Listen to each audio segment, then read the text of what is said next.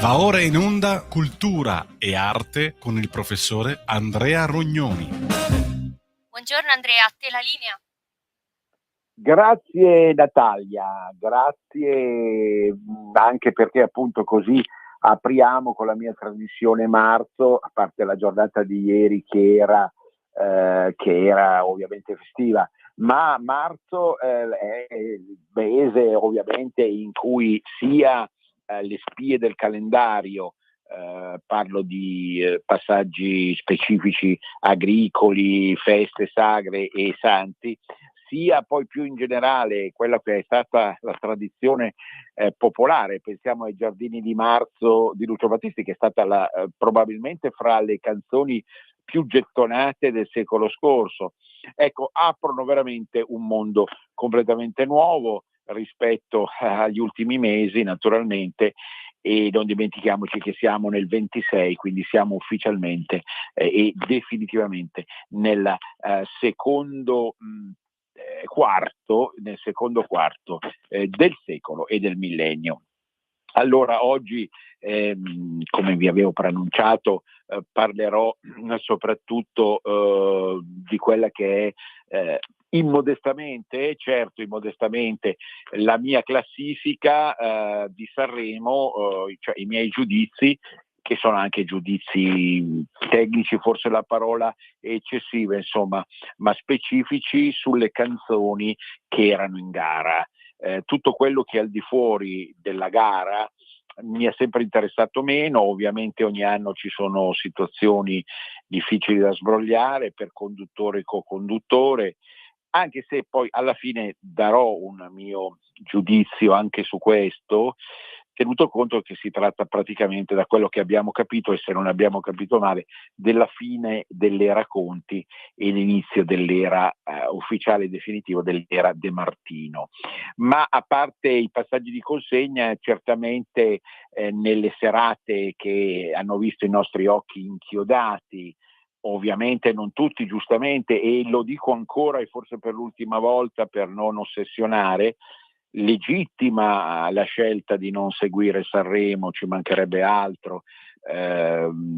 Moltissimi miei amici, anche carissimi appunto, detestano profondamente Sanremo e hanno le loro buone ragioni. Non così per me, che sono e continuo a essere uno stupido romanticone e che non riesce a liberarsi da questa ipoteca che fin da bambino lo ha suggestionato. Ma appunto vi dicevo dei voti, dei giudizi sulle canzoni che adesso fra qualche manciata di minuti arriveranno. Prima però dobbiamo parlare del calendario, perché il calendario di inizio marzo è denso e in particolare concentriamoci sul santo di domani, che è San Marino. Peraltro, siccome si entra nella fase centrale della Quaresima, abbiamo detto Quaresima 40 giorni, quindi significa che la fase centrale va, grosso modo, per capirci, tra il 15° e il 30° giorno della Quaresima stessa. Poi si allenta un po' la morsa attraverso la Domenica delle Palme, secondo un calendario che è ovviamente fortemente condizionato dalla religione cristiana. E non voglio più tornare su un'altra polemica che quest'anno anche i social hanno trattato da vari punti di vista, quella appunto che è andato a coincidere il periodo del Ramadan con il periodo della Quaresima stessa. Spinose questioni che anche qui non torneremo più ad affrontare, ma di cui avete sentito l'opinione anche sabato scorso di Martino Mora, ma come di altri che poi sono intervenuti brillantemente da queste onde e hanno detto la loro. Allora vi dicevo sicuramente l'inizio di marzo, secondo la tradizione direi più che calendariale, la tradizione proprio meteorologica, è l'inizio della primavera. Infatti i meteorologi considerano il 1° marzo l'inizio del calendario astronomico e meteorologico come primavera, la quale finirebbe poi, secondo loro, relata Refero, cioè riporto le loro idee, finirebbe alla fine di maggio. Quindi la primavera dal punto di vista meteorologico sarebbe marzo, aprile e maggio, che poi inizierebbe col primo giugno l'estate. Ma tutto questo ovviamente diciamo quest'anno, nonostante almeno così in gran parte del nord le giornate di ieri e di oggi non siano particolarmente favorevoli, si innesta in un processo di riscaldamento dell'aria che è già iniziato a febbraio, dopo abbiamo detto mesi ghiacciati, e questo dovrebbe, stante le previsioni sempre di questi guru straordinari per elezione popolare, ma poi in realtà non sempre all'altezza, e non vuole essere una mancanza di rispetto perché tutti sbagliamo nelle nostre varie professioni. Sarebbe appunto un marzo decisamente primaverile, quello che ci aspettiamo proprio da domani, cioè dalla giornata di San Marino. San Marino è un santo, lo dice il nome stesso, che viene dal mare, viene da oltremare, cioè viene da quella terra non sempre baciata da Dio, che è il mondo abitato originariamente dagli slavi e anche in epoca medievale moderna da realtà italofone, che non dobbiamo assolutamente dimenticare, come la famosa Zara, in slavo Zadar, una delle città secondo me più belle del mondo. Ma proprio da quelle terre viene un personaggio che poi è diventato celebre attraverso l'epopea del mondo adriatico, e in particolare attraverso la Repubblica di San Marino, che è una delle repubbliche più invidiate del mondo. Non solo per il benessere presunto reale dei suoi abitanti, benessere diciamo misurabile proprio attraverso la pecunia, ma sanno tutti che pecunia non olet, e loro hanno fatto di questa versione delle cose il loro mito, ma anche perché certamente la posizione naturale su questi speroni di roccia che dominano tutto il mondo adriatico, e la tradizione turistica che vie più nel corso del Novecento ha acclarato il fatto che San Marino è fra le cittadine, meglio fra gli stati, perché è uno stato autonomo, più visitati al mondo, sia per la bellezza naturale, tenuto conto del panorama, sia anche e soprattutto per le opere d'arte che in essa contiene. Sono tantissimi libri che sono stati scritti anche dai meriti storici e critici d'arte sull'architettura e sulle opere d'arte figurativa che sono presenti all'interno delle case dei musei sammarinesi. Quindi ecco, tutto questo induce a pensare che ci sia quasi un privilegio per questo santo venuto dal mare, Marino appunto, figlio del mare naturalmente, di un mare che solitamente viene considerato minore, un minus abens. Cos'è il mare Adriatico? Qualcuno dice un lago. Certo, un lago di cui è diventato onorevolmente proprietaria Venezia nel passato, ma che poi è stato ridistribuito in varie, diciamo, genie, etnie, eccetera, eccetera, attraverso dei processi che sono storici, culturali, in parte religiosi. Mi viene in mente San Biagio, che è un santo di Ragusa, di cui abbiamo parlato recentemente in febbraio, e via dicendo. Ragusa, non la Ragusa siciliana, ma la Ragusa che noi eleggiamo come la Ragusa dell'Adriatico, cioè Dubrovnik. Ma a parte questo, certamente San Marino è fratello, parente e insomma gemello, tematica che mi sapete molto cara, no? Il boom dei gemelli di questo millennio, a partire dalla Twin Towers. Ebbene, è proprio San Leo il gemello di San Marino, due santi venuti dal mare. Naturalmente San Leo, ne abbiamo parlato per Leandro la scorsa volta in Cultura Popolare, è un'immagine più animalesca naturalmente, che non a caso è riuscita a penetrare più nel territorio, arrivando appunto al comune di San Leo, dove c'è un'altra rocca magnifica, un'altra vista. Sapete che San Leo è stato addirittura capitale d'Italia, quindi non stiamo parlando di quisquiglie, di bazzecole e di pinzellacchere, come diceva Totò, ma di qualcosa che ha generato proprio un modo di affrontare la storia, la cultura, la tradizione, no?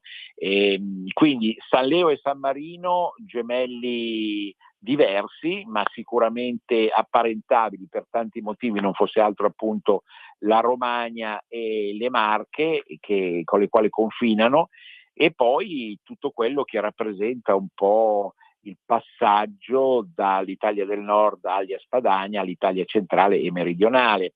Quindi tutto questo quasi fossero i due gemelli a servizio e a guardiani. Mi viene in mente a questo proposito anche che cosa? Le colonne d'Ercole. No, io trovo sempre molto affascinante il fatto che la geografia, se letta in maniera giusta, è una geografia sacra che diciamo disloca certi cliché in alcune parti del mondo che si assomigliano. Pensate appunto alle due colonne d'Ercole che sono il passaggio dal Mediterraneo all'Oceano. Qui le due colonne d'Ercole nostrane, denoantri si direbbe, sono proprio San Leo e San Marino, che sono lì a torreggiare appunto chi arriva dal nord, dall'Emilia, dalla Lombardia, dal Veneto, e si appresta a inoltrarsi proprio lungo la stessa penisola. Qui non mi voglio soffermare ancora una volta su dei ricordi personali. Io feci il primo anno a Urbino, della bellissima cittadina marchigiana che ospita una delle università più longeve, e lì arrivavano a studiare i sammarinesi. Come arrivavano? A bordo, nonostante la giovanissima età, 18, 19, 20 anni, a bordo di stratosferiche macchinone che denotavano appunto un certo budget a disposizione che ovviamente noi poveri padani o pugliesi, perché arrivavano molti pugliesi da sud, anche greci, non potevamo avere a disposizione davvero. E questa è la vita. C'è chi nasce a San Marino, c'è chi non nasce a San Marino, ma non c'è ironia nella mia battuta, perché evidentemente tutto questo rientra in un destino personale che adesso sarebbe difficile decifrare in termini puramente religiosi. Se volete usare la filosofia orientale in quello che viene chiamato karma per ciascuno di noi, ma fate voi.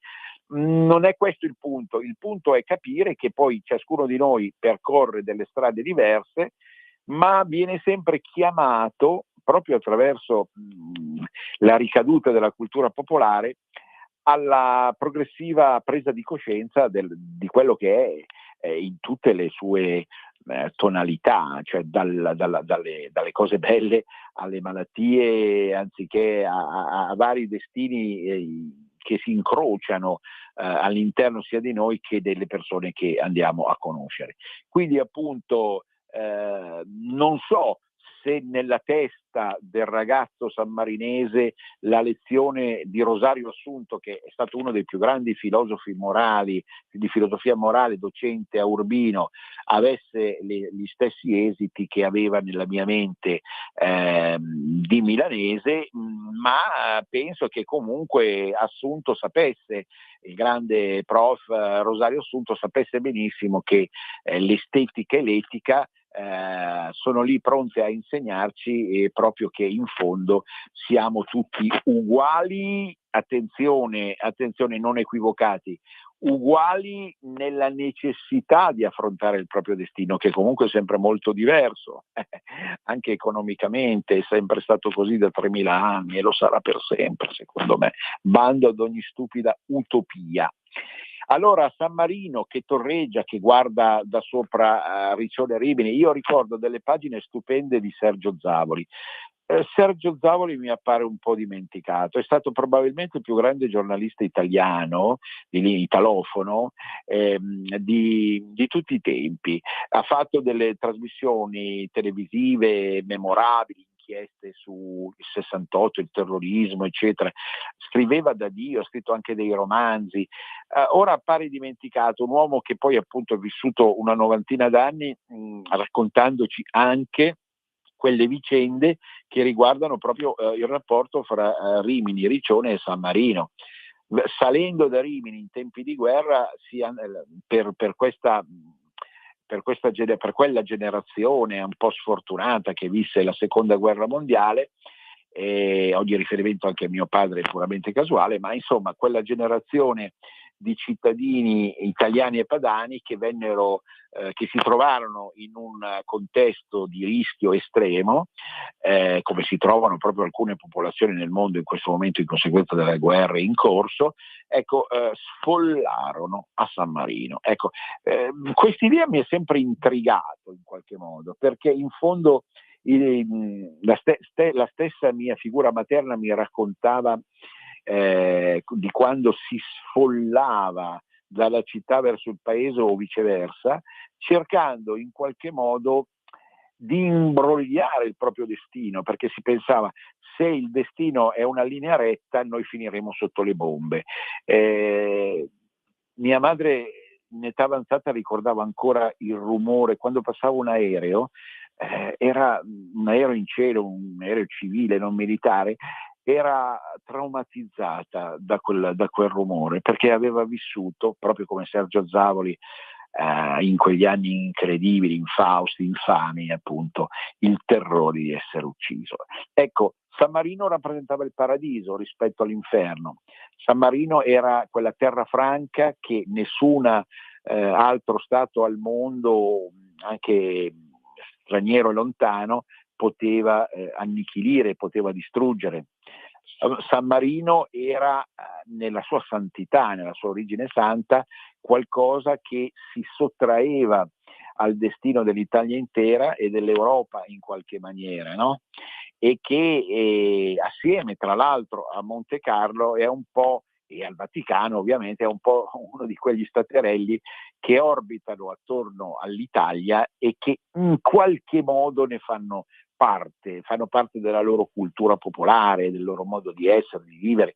Anche Monte Carlo ha una lingua dialettale di origine ligure, quindi tutto questo ci induce a pensare quanto davvero l'Italia sia stata una grande madre, e per chi vuole vederla ancora così, ben venga questa idea, anche se poi a Sanremo molti di questi come dire fedeli italianisti sono anche rimasti abbastanza delusi, ma su questo adesso ci ritorniamo.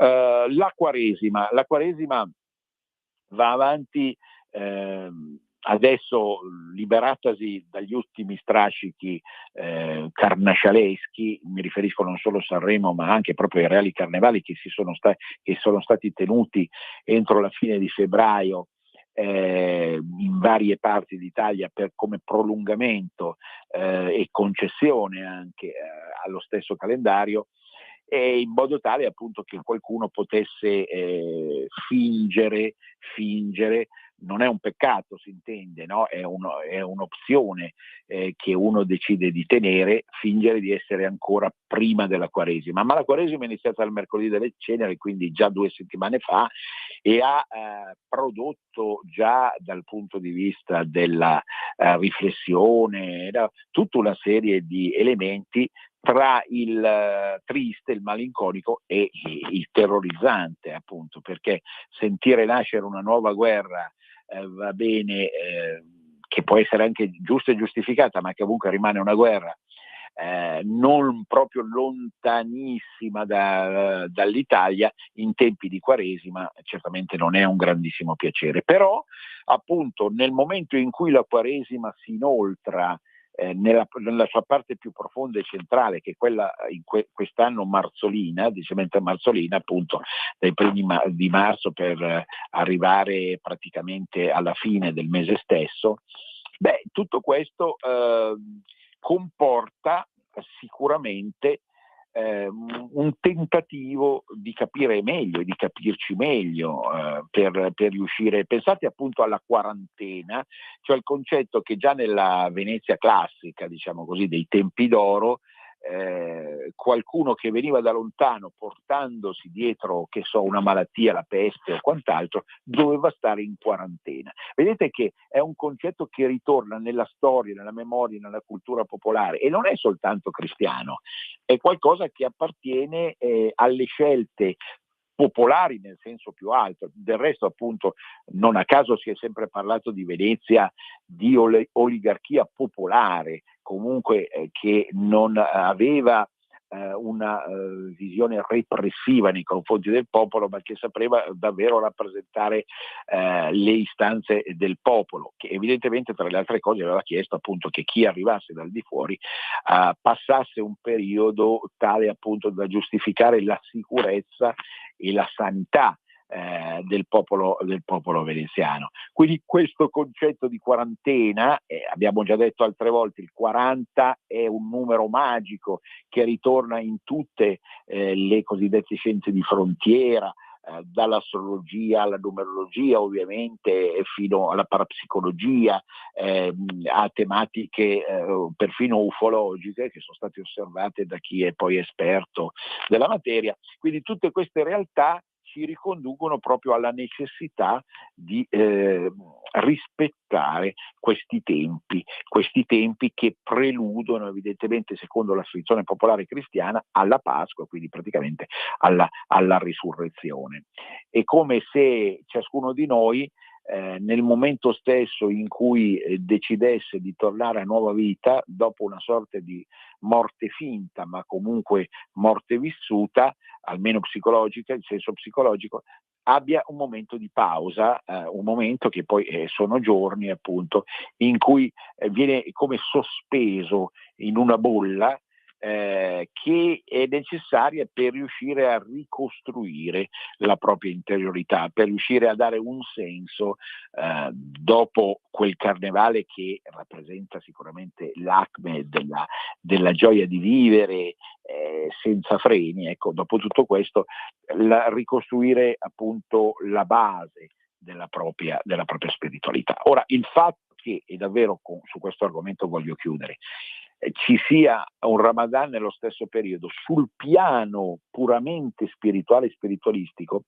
non è negativo di per sé, perché appunto ci richiama al fatto che in qualche maniera, certamente in maniera diversa, no? Perché ogni religione è diversa, comunque lo spirito religioso richiama a forme di attesa, di pentimento, di raccoglimento, perché è lo specchio comunque di un modo di vedere, di vedersi da parte dell'umanità, di un modo di vivere la natura, l'agricoltura, il passaggio delle stagioni, che è alla base di ogni scelta umana. Voi direte, ma stiamo entrando nell'era dell'intelligenza artificiale e questo qui ci viene ancora a proporre schemi antichi, ma questi schemi, cari ascoltatori, non finiranno mai, saranno riutilizzati anche dall'intelligenza artificiale, perché inevitabilmente l'essere umano, come hanno sostenuto moltissimi scrittori di talento di tutto il mondo, muta nella forma, ma rimane come dire attaccato alla propria essenza nella dimensione di contenuto e di sostanza. È così, non ci sono dubbi se proviamo a rileggere la storia e a rileggere seriamente, naturalmente, non in maniera, come dire, superficiale. Certo, la storia ci insegna che ricadiamo sempre negli stessi errori, tipo le guerre. La storia ci insegna che vanità, invidia, sopraffazione, voglia di... C'era un famoso romanzo, appunto, Tempo di uccidere, di Ennio Flaiano, premio Strega. Leggetelo, è veramente qualcosa di straordinario. Quindi in qualche modo tutte queste brutte bestie che abbiamo dentro di noi non finiranno mai di mordere, quindi ancora una volta bando alle utopie, però al tempo stesso il riconoscere che questo ritorna ciclicamente, un po' secondo le teorie degli stoici o di Wilhelm Friedrich Nietzsche, ci aiuta a capire appunto che non possiamo pretendere da noi stessi chissà che cosa, perché siamo fatti effettivamente in una certa maniera. Ciò non impedisce ovviamente di cercare di combattere in tutte le maniere il crearsi di certe determinate situazioni, no? E che vanno gestite in termini tecnici e quindi inevitabilmente anche militari, no? Non ci sono dubbi da questo punto di vista, anche se giustamente ogni spia di riarmo ci preoccupa e ci rattrista. Quindi, per finire il discorso, perché tutta la seconda parte sarà dedicata a Sanremo, per finire davvero il discorso sulla Quaresima, non si tratta di ritualità pura, perché la ritualità in realtà è lo specchio del mito, ma di un mito che è dentro di noi da sempre, in tutte le religioni e in tutte le versioni culturali possibili, persino presso gli aborigeni australiani. Qui voglio citare Maurizio Laigeb, mio amico scrittore di Novara, che da sempre ha proprio studiato queste popolazioni primitive e aborigene d'Australia e di Africa, e ha notato in loro certe caratteristiche, mutatis mutandis, che ancora noi abbiamo. Il famoso pensiero selvaggio di Lévi-Strauss, ecco appunto le pensée sauvage, il pensiero selvaggio è una parte ineliminabile dell'essere umano, perché è lo zoccolo duro che costituisce la nostra interiorità. E anche quando noi pensiamo di essere evoluti, e siamo evoluti, usiamo i social, usiamo l'intelligenza artificiale, siamo dentro la realtà virtuale, sì, ma siamo dentro con la nostra bestialità, siamo dentro con la nostra mentalità di selvatici, di selvaggi, che non sarà mai possibile riuscire ad eliminare completamente. E io qui mi fermo, perché siamo davvero arrivati al break. La parola, il rito alla divina Natalia. Prego. Stai ascoltando Radio Libertà, la tua voce libera, senza filtri né censure, la tua radio.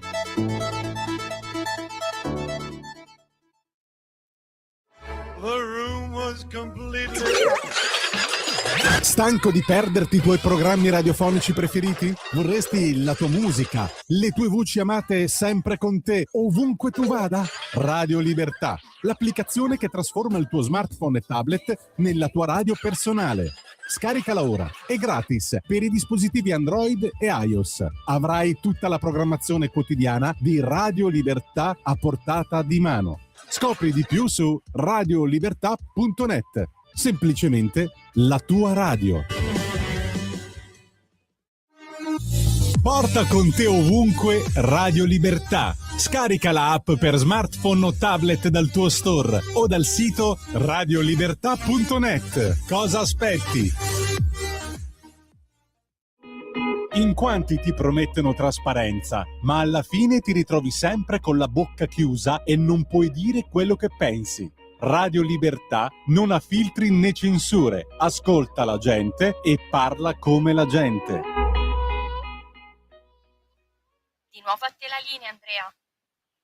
Grazie. Allora, premesso che testi e musica di questo Sanremo 2026 sono stati di un livello, sono rivelati di un livello più basso del solito, e qui sono d'accordo con commentatori in genere TV, social, ma radio, ma anche proprio di questa radio, che hanno parlato in questa radio e hanno detto e hanno espresso quest'idea che condivido.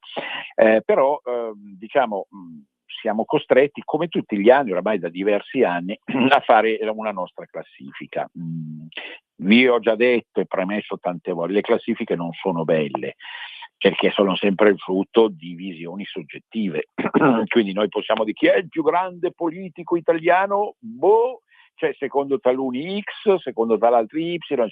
Quindi sarà sempre molto soggettivo. Certo, io do, come tutti gli anni, una motivazione del voto, diciamo, per ciascuno. In linea di massima ci sono delle tendenze che ho rilevato. I vecchi, cioè gli stagionati o le stagionate, sia maschio che femmina, come cantanti, stiamo parlando dei cantanti in gara, non di quelli che sono apparsi per performance extra gara, fuori dalla classifica poi che è stata stilata dal Sanremo stesso. Quindi secondo me la mia impressione è appunto che le persone più âgée, i cantanti più âgée, abbiano ampiamente deluso perché effettivamente non non hanno dimostrato che vale davvero l'esperienza. Sì, nella vita si dice conta effettivamente l'esperienza o dovrebbe contare, ma in questo passaggio d'epoca cosa succede? L'esperienza viene bastonata perché diventa abitudine. E l'impressione che queste persone oramai 50, 60, 70 e oltre, che hanno calcato quest'anno il palco dell'Ariston, portassero delle canzoni banali, trite o ritrite, sia come testo che come musica, e in un certo senso e forse maliziosamente di seconda mano, tanto come dicono a Napoli, fatto un nome vottedin, io il nome ce l'ho e quindi siamo tranquilli. E mi spiace qui fare dei nomi effettivamente, ma io sono stato un po' deluso proprio dalle performance di personaggi come Raff, Renga e Patti Pravo, persone da cui ti aspetti proprio sulla base delle stagioni vissute e delle lunghe scorribande canore, ti aspetti il massimo, ma evidentemente non è stato così. Dall'altra parte, quindi poi andremo nello specifico dei tre che vi ho citato, dall'altra parte i giovani o i giovanissimi non hanno effettivamente brillato per tantissimi motivi, anche se qualcuno effettivamente dal mio punto di vista si salva, e voglio citare subito Tommaso Paradiso per l'afflato romantico che la sua canzone ci riporta, ma non in una chiave trita o ritrita in senso classico, ma secondo una versione da terzo millennio, un afflato romantico che per le tonalità musicali, perché abbiamo detto già in altre occasioni, il segreto di una buona canzone sta nell'intreccio fra testo e musica, non isolatamente il testo o isolatamente la musica, ma proprio in questo intreccio il Paradiso ci ha azzeccato, senza ovviamente eccellere, perché insomma siamo sempre un po', per capirci come prof, tra il 6 e il 7. Sono effettivamente stato abbastanza colpito anche da Saif per la spontaneità con cui lui canta, anche se non mi piace, devo dirlo subito, l'abbigliamento che porta.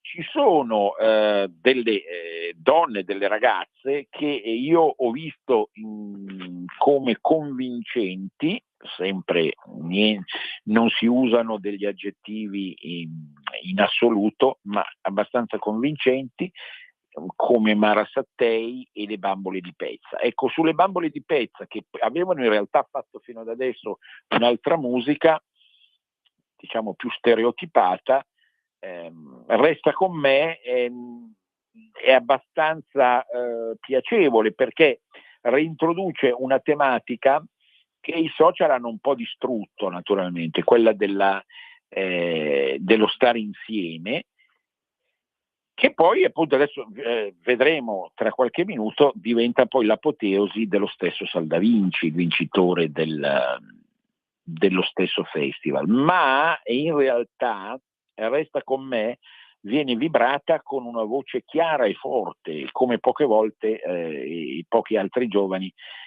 sono in grado di fare. Le donne diciamo di mezza età è un po' troppo, ma insomma sono sicuramente ancora abbastanza giovani.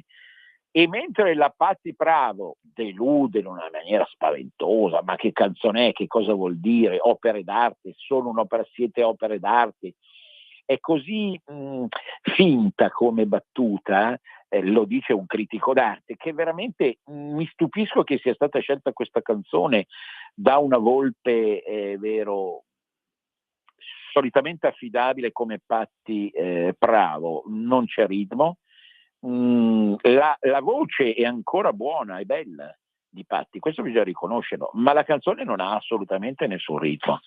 Mentre invece, ecco, andando adesso alle donne ancora giovani ma non più bambine, che cosa dire di Arisa?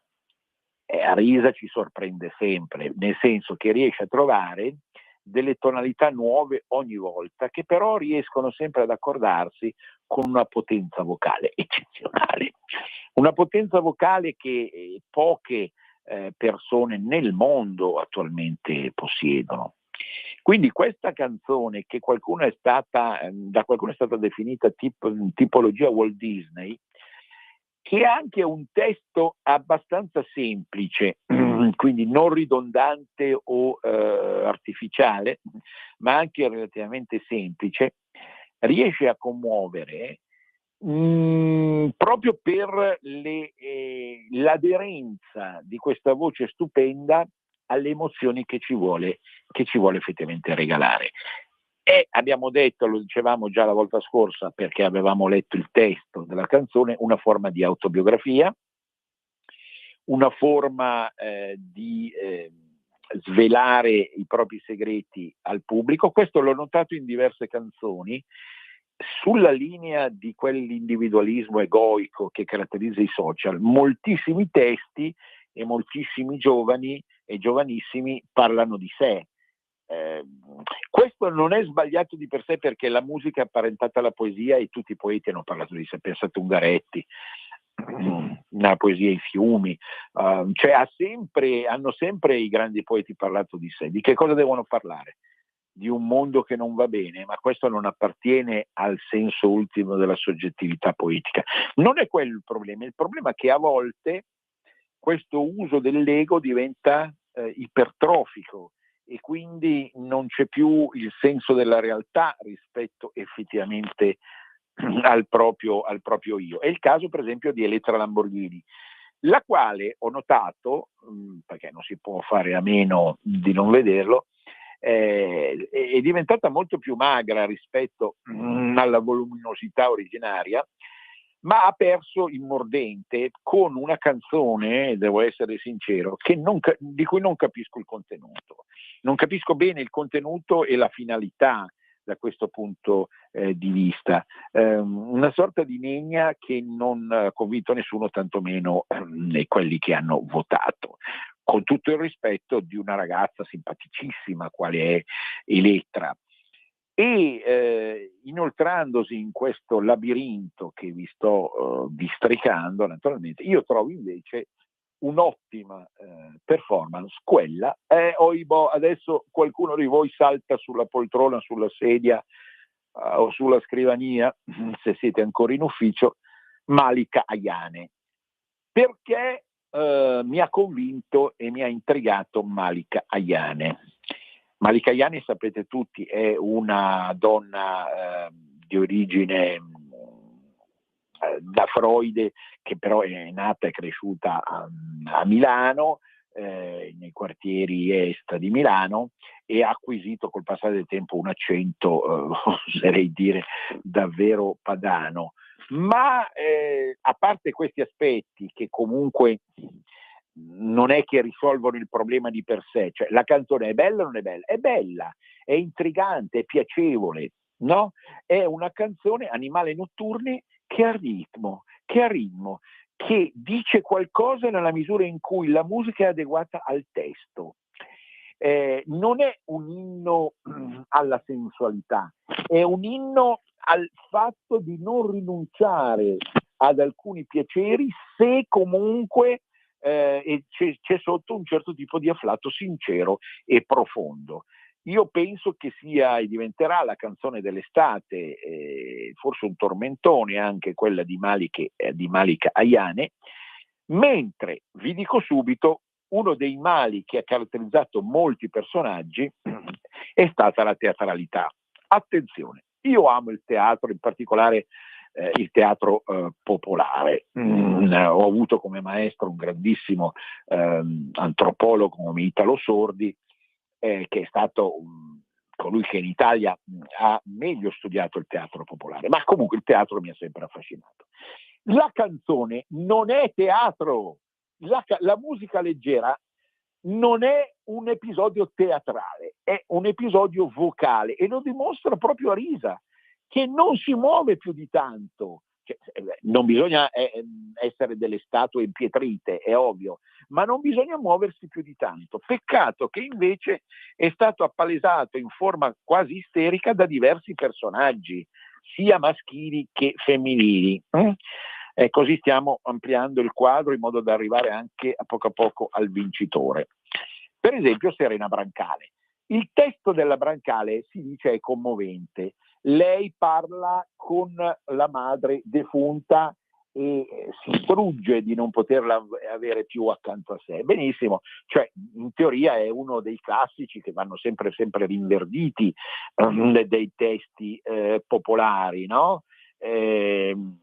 Che partono dagli anni 20-30 del secolo scorso e sono trapassati attraverso diversi personaggi, situazioni, condizioni anche a Sanremo di fine secolo XX. Però attenzione, se io teatralizzo, sceneggio la faccenda, faccio venire il dubbio che non ci sia la voce abbastanza per non fare la sceneggiata. E allora diventa un coprire dei difetti, coprire delle mancanze. E non dubito che ci sia della passionalità sincera in Serena Brancale, ma la performance della Brancale non appartiene, secondo me, alla pura musica leggera, al contrario proprio di Arisa, che invece così autocontrollata, senza eccedere, ci dimostra che solo la potenza della voce conta. Se veramente si vuole essere giudicati degni di quel palco lì, che è il palco di Sanremo, non del paese di Lilliput o di qualsiasi altro paese dell'universo. Ci siamo su questo e questa considerazione ci apre le porte per il giudizio su Salda Vinci. Attenzione, Achtung, attenzione, chiedo un po' di attenzione. Salda Vinci indubbiamente è un personaggio interessante, esperto perché è andato oltre i 55, voglio dire, ha fatto una certa gavetta e ha davvero lui una certa esperienza, un personaggio che ha anche una voce interessante. Ma sinceramente, non è sembrata alla maggior parte delle persone che hanno un minimo di orecchio una sceneggiata da matrimonio, cioè di quelli che si cantano nei banchetti popolari. Attenzione, io amo, sono un devoto fedele della canzone classica napoletana, la più bella canzone del mondo, e vi dirò, cosa che farà sobbalzare o vomitare qualcuno di voi, che io sono anche un fan di Gigi D'Alessio. Non ho nessuna vergogna nel dirlo. Gigi D'Alessio mi piace, ma perché mi piace? Perché lui ha saputo rinverdire le note vibranti e, come dire, francamente deliziose della musica classica napoletana. Non così Salda Vinci. Ma scusate, cioè io canto una canzone sul matrimonio per un matrimonio come se fossero presenti lì i due sposi, la canto con una bella sceneggiata che mostra col dito l'anello che si tiene nell'altra mano e che in qualche modo rappresenta il simbolo delle nozze sentite, volute ed eterne. Ma sia dal punto di vista, diciamo, della teatralità eccessiva, che abbiamo detto esulare dal vero senso ultimo della musica pop, sia dal punto di vista di una impostazione folcloristica, non folclorica. Anche a me piace il folklore, ma non il folclorismo, no? Ecco che tutto questo rappresenta, francamente, lasciatemelo dire, un pugno nello stomaco, e la cosa è strabiliante se si pensa che questa canzone ha vinto la medaglia d'oro, siccome siamo ancora in periodo di Olimpiadi, adesso ci sono le Paralimpiadi, possiamo usare questa formula qua. quando altre canzoni, pur non essendo eccellenti, l'abbiamo detto, meritavano sicuramente quella onorificenza.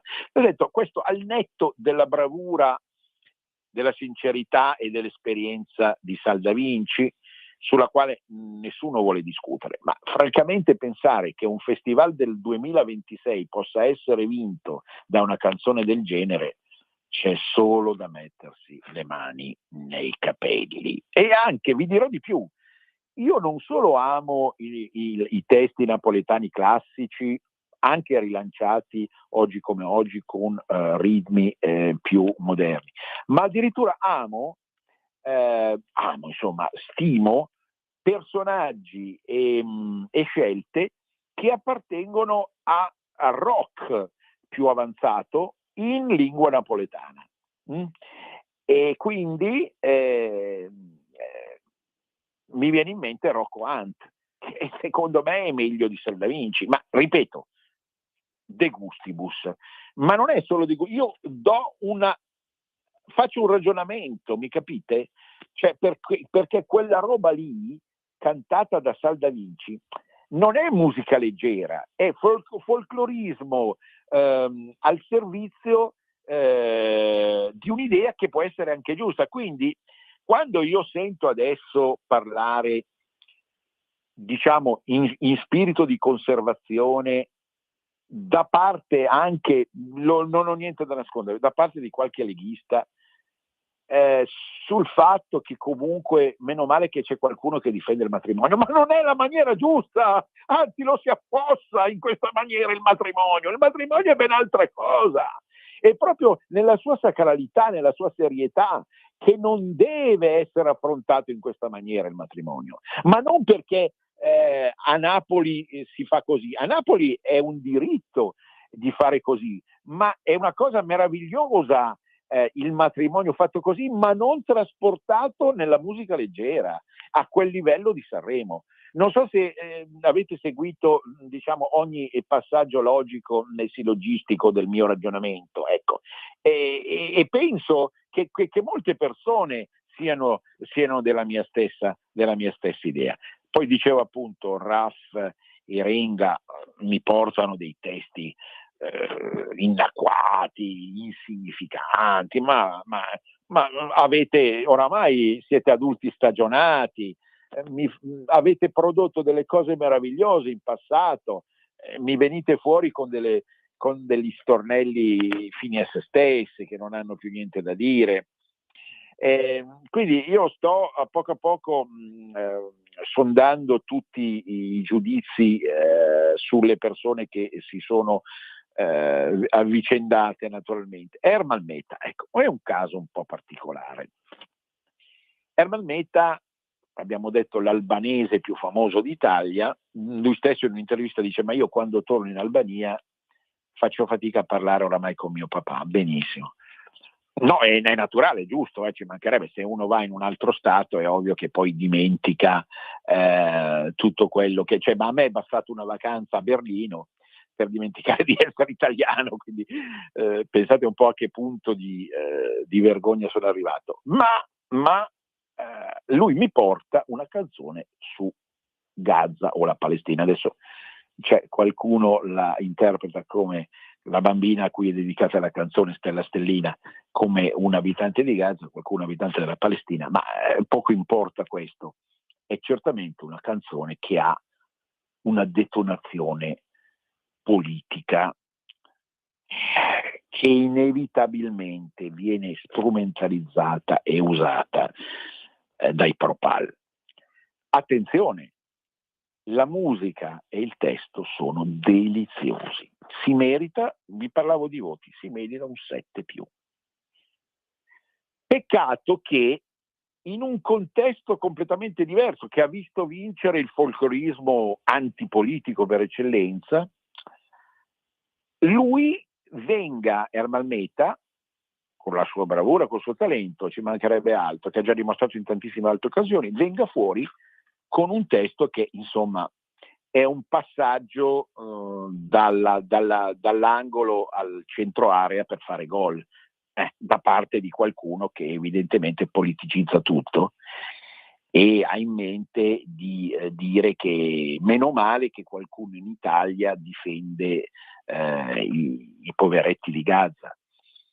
Voi capite che si presta troppo a questo tipo di operazione questa canzone. Peraltro qualcuno ho sentito già sui social sostiene che la canzone ricorda un'altra canzone, ma questo poi è anche tipico di tanti altri testi e musiche di Sanremo 26 che non sembrano originalissime, no? Però adesso diciamo sospendiamo un giudizio da questo punto di vista. Però la canzone Stella Stellina è una canzone che se noi la interpretiamo come una dedica a una bambina morta in tempo di guerra è bellissima. Se noi cominciamo a vedere, come oramai è già stato fatto in questi giorni, inevitabilmente, come un inno a Gaza che diventerà, capite, il canto popolare per eccellenza dei Propal, adesso che ci sarà la nuova flottiglia, tutti canteranno Stella Stellina. Ma voi capite bene che siamo un popolo di matti, di minus abens da questo punto di vista. E ancora, abbandoniamo quest'ultimo argomento, ci sono altri personaggi che sono comunque effettivamente interessanti e che hanno prodotto qualcosa che ci induce all'ammirazione. Parliamo di Fedez Basini. Perché la coppia è fortunata? Mi avvio alla conclusione della trasmissione. Perché abbina un uomo più che adulto, con una voce cavernosa in senso buono, di tradizione arrabbiata, ma di evoluzione, di sentimentalità sottile, come Marco Masini, con un Fedez che finalmente, mi permetterete la battuta, liberatosi dall'ossessione creata nella sua vita da Chiara Ferragni, esprime il meglio di se stesso, perché quella parte cantata della canzone di Fedez, naturalmente, e quella parte cantata da Fedez, di Fedez Masini, è di una limpidezza, scorrevolezza, unità fra testo e musica che mi ha lasciato basito. Non così per il suo amico J-Ax, che ha portato una canzoncina, quindi tanto per parlare anche dei DJ, una canzoncina ridicola, che è probabilmente una brutta copia di quella, ricordate, famosa di 30 anni fa, Famos i due spaghi, la terra dei cachi, una brutta copia. Cioè vuole essere una critica dell'italianità, ma di cattivo conio. Quindi ha vinto Fedez rispetto a J-Ax, con la mancanza di Annalisa, che assieme alla quale avevano costruito un trio eccezionale con il tormentone estivo del 23. Ora separati o ricongiunti con altri hanno dato degli esiti che sono stati indubbiamente molto diversi. Non mi addentro su altri giovani, giovanotti, giovanetti e giovanette, perché è anche poi difficile ricordarsi il nome di tutti e stabilire un canone sincero e assoluto, ecco, da questo punto di vista. Vanno risentite le canzoni e se ce ne sarà l'occasione in questa trasmissione io ve lo ridirò, ve lo farò effettivamente sapere. Non è facile avere la padronanza di tutto quello che è passato, anche perché appunto niente di eccelso e quindi niente che ci ha fatto effettivamente sbalordire. Noi siamo alla conclusione, spero che abbiate tollerato, mi riferisco a quelli che detestano Sanremo, questa mia ultima incursione tecnico-canora, ma sono dei peccati che fanno parte della propria personalità, ce l'abbiamo un po' tutti. Un grande abbraccio. Venezia risorga Venezia, per sempre, a risentirci. Avete ascoltato Cultura e Arte con il professore Andrea Rognoni.